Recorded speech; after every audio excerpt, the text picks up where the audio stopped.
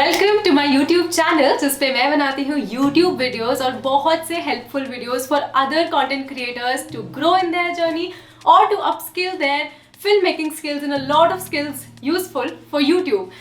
तो अगर आपने इस वीडियो पे क्लिक किया है तो आई एम अज्यूमिंग या तो आपने रिसेंटली अपना यूट्यूब चैनल स्टार्ट किया है या फिर 2022 में स्टार्ट करने का प्लान है।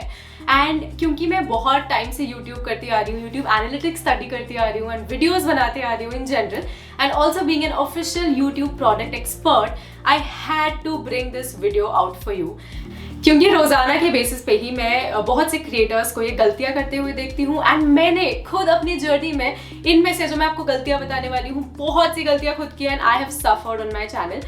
And honestly speaking I absolutely love the digital space. मुझे लगता है there is unlimited scope for everyone to come and grow here provided you are ready to put that hard work that it takes। And वो work थोड़ा सा easy करने के लिए इस वीडियो में मैं आपके साथ शेयर करने वाली हूँ 5 वो गलतियाँ जो यूट्यूबर्स स्टार्टिंग में करते हैं and that can cost you a lot in the long run in your journey. तो स्टार्टिंग से ही उससे बचे रहने के लिए keep watching this video and last में एक बोनस टिप शेयर करूंगी मैं which I think is also so important especially considering the financial aspect of YouTube.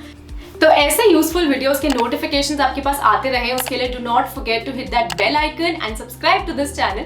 And now without any further ado let's get started with mistake number 1 which is not having a channel design or a channel aesthetic। अब जब भी आप YouTube channel start करते हो कुछ basic चीज़ें हैं जिसका आपको ध्यान रखना है, जैसे कि एक चैनल आर्ट यानी कि जो आप हॉरिजॉन्टल बैनर देखते हो चैनल के फ्रंट पेज पे वो होता है चैनल आर्ट। सो मेक श्योर कि आप वो चैनल आर्ट डिज़ाइन करो। कैनवा में फ्री में आप अच्छा खासा चैनल आर्ट डिज़ाइन कर सकते हो। Canva is what I have also used which reminds me I think I should also update it, it's been a while. So channel art हो गया, चैनल ट्रेलर हो गया। चैनल ट्रेलर मतलब अगर कोई नया यूज़र, कोई नया कंटेंट कंज्यूमर आपके चैनल पे आता है तो वो कौन सा पहला वीडियो है जो एज अ ट्रेलर विजिबल होगा, या फिर अगर कोई रिटर्निंग यूज़र आ रहा है तो वो कौन सा वीडियो है जो विजिबल होना चाहिए।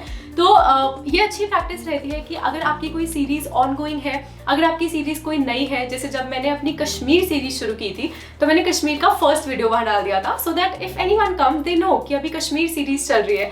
या फिर अगर आपका कोई इंट्रोडक्शन वाला वीडियो है तो आप वो डालो, bang on, that will work the best. तो इंट्रोडक्शन वीडियो डालो so that if someone comes they just instantly know who you are and what you do, right? Channel art, channel trailer, customize channel पे अगर आप जाओगे तो और बहुत से ऑप्शंस दिखेंगे जैसे कि अबाउट कभी भी खाली नहीं छोड़ना चाहिए मेरे ओपिनियन में, बिकॉज लॉन्ग रन में अगर आपको अगर किसी ब्रांड्स को या किसी को भी पार्टनरशिप के लिए आपको अप्रोच करना है तो मोस्टली वहाँ पे ईमेल आईडी देखी जाती है। And you know about section एक बहुत ही पर्सनलाइज सेक्शन है जिसमें आप बेसिकली अपने बारे में what kind of videos you make या फिर आपकी वीडियो अपलोड करने का schedule, frequency, you know for example hey I upload every Wednesday and Saturday, come and join me in my travel adventures or whatever adventures you're sharing on your YouTube channel।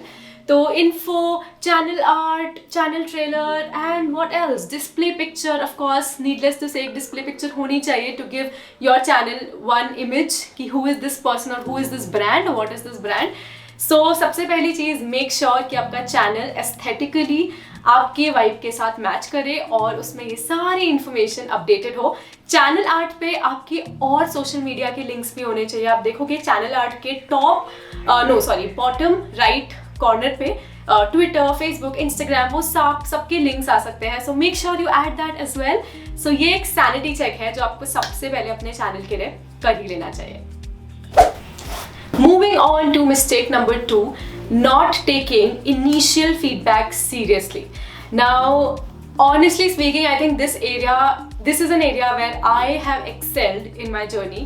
Starting में मेरे सबसे बड़े critics जो हुआ करते थे वो आज कहीं ना कहीं मेरे सबसे बड़े cheerleaders हैं, क्योंकि उन्होंने जो भी feedback मुझे दिया मैंने actually जाके उसको implement किया, मैंने वो वीडियो उनको वापस भेजा and उनको दिखाया कि see the feedback has been implemented।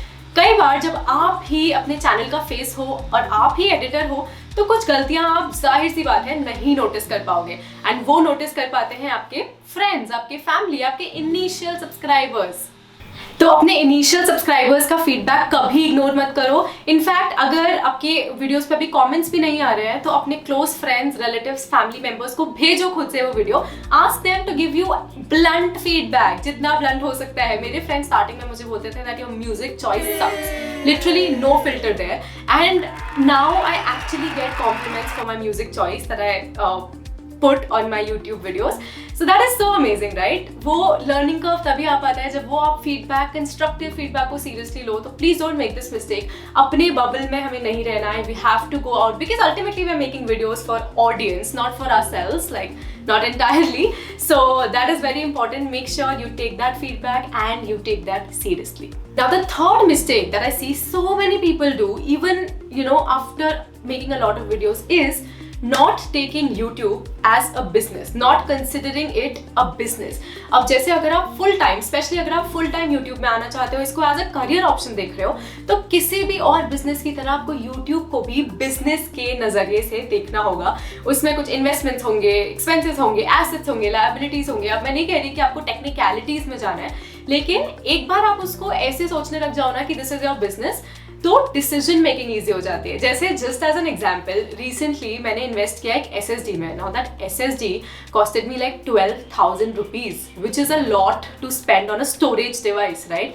SSD is nothing but an investment for me, and वो डिसीजन मेकिंग इसलिए ईजी हो गई जब मैंने सोचा कि yes it is an investment, not exactly an expense, so I should just go for it, and I got it.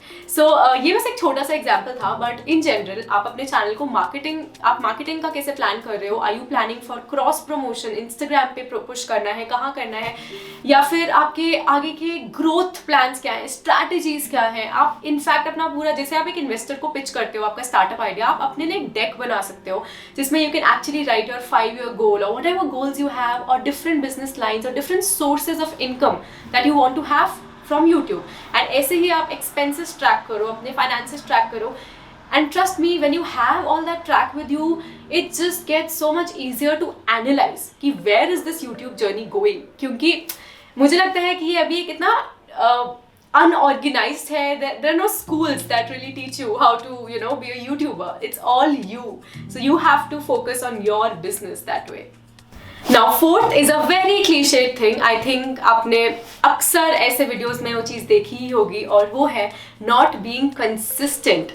अब सबको पता है कि YouTube पे consistency obviously gets rewarded. एक decent quality रखना बहुत ज़रूरी है वीडियोस का, लेकिन साथ साथ में आपको उनको regularly अपलोड करना है, because अगर आपने महीनों लगा के एक perfect वीडियो बना भी लिया, लेकिन if you're uploading say just once in a month or just once in 2 months, उसकी कंसिस्टेंसी काफ़ी लो है, एंड काफ़ी कम चांसेस है कि YouTube बहुत से ऑडियंस को पुश करे वो वीडियोस. सो कंसिस्टेंसी होना बहुत ज़रूरी है, and I don't think I need to emphasize more on why of the consistency. So I am gonna tell you how for the consistency.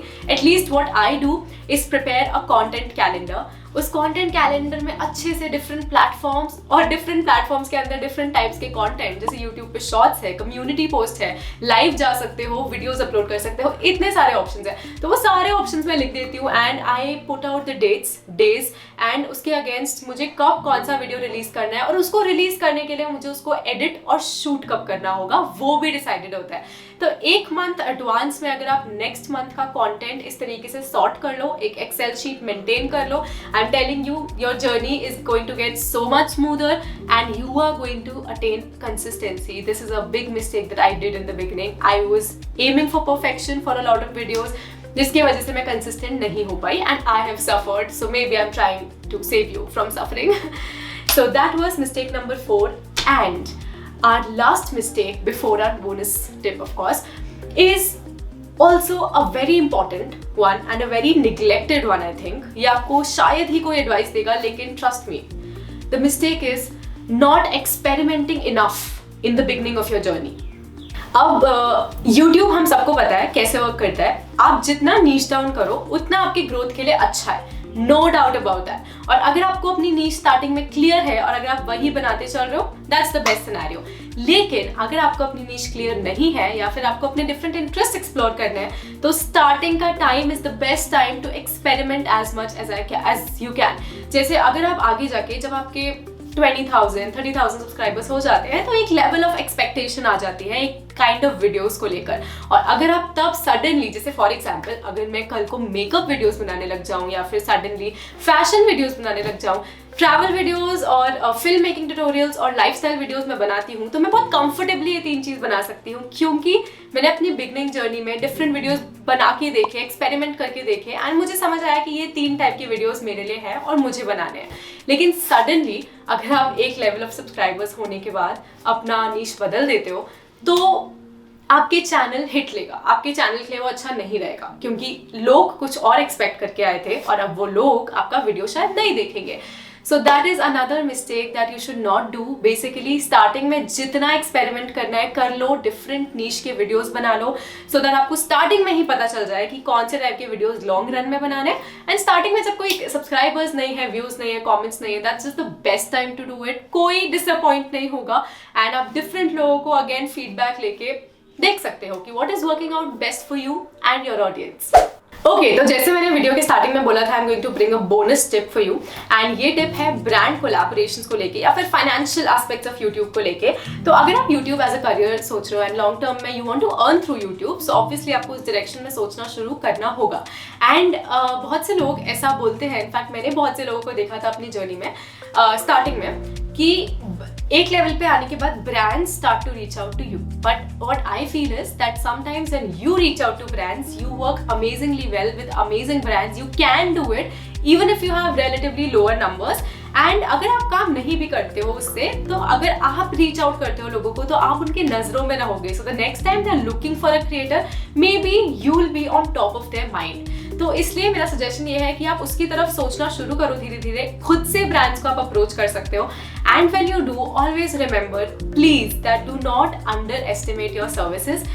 The brilliance of YouTube and the reason I love YouTube so much is because YouTube video की shelf life बहुत ज़्यादा होती है, जिसका मतलब ये है कि अगर आज आप एक वीडियो अपलोड करते हो और आज आपके पास उस वीडियो में व्यूज़ नहीं है because you don't have enough subscribers, लेकिन हो सकता है कि 5 साल बाद हो सकता है कि इन 5 साल में व्यूज़ बहुत से बढ़ जाए। मैंने अपने चैनल पे देखा है बहुत से वीडियोज़ पे होते हुए। तो प्लीज़ अपने करंट स्टैटिस्टिक्स देखकर अपनी वैल्यू को अंडरमाइन मत करो, बिकॉज अगर आप ऑडियंस को वैल्यू प्रोवाइड कर सकते हो हेल्पफुल वीडियोस बना के, एंड वैल्यू कुछ भी हो सकती है, एंटरटेनमेंट, इन्फॉर्मेटिव, एजुकेशनल, कुछ भी वैल्यू प्रोवाइड करते हो, अगर आप किसी ब्रांड को इंटीग्रेट करके उसको वैल्यू प्रोवाइड कर सकते हो, तो उन सर्विसेज को कभी भी अंडर एस्टिमेट मत करना। आई नो कोई सेट गाइडलाइंस नहीं है that define ki how much a content creator should charge, but maybe I'll come up with a video on that super soon. Let me know in the comments if you'd like to watch one such video and I would try to share some more details in depth in that. So yes, that was about it. Do not undermine your services. Keep creating. You are going to get better on the way. Do not aim for perfection all the time, and all the tips that I said, start viewing YouTube as a business and you are bound to grow on the channel. So that was it from my side. मैंने कोशिश की कि casual सा video बनाऊँ, मुझे ये idea आया and मैंने एक्चुअली देखा कुछ क्रिएटर्स को ये गलती करते हुए, तो I just wanted to tell them that don't.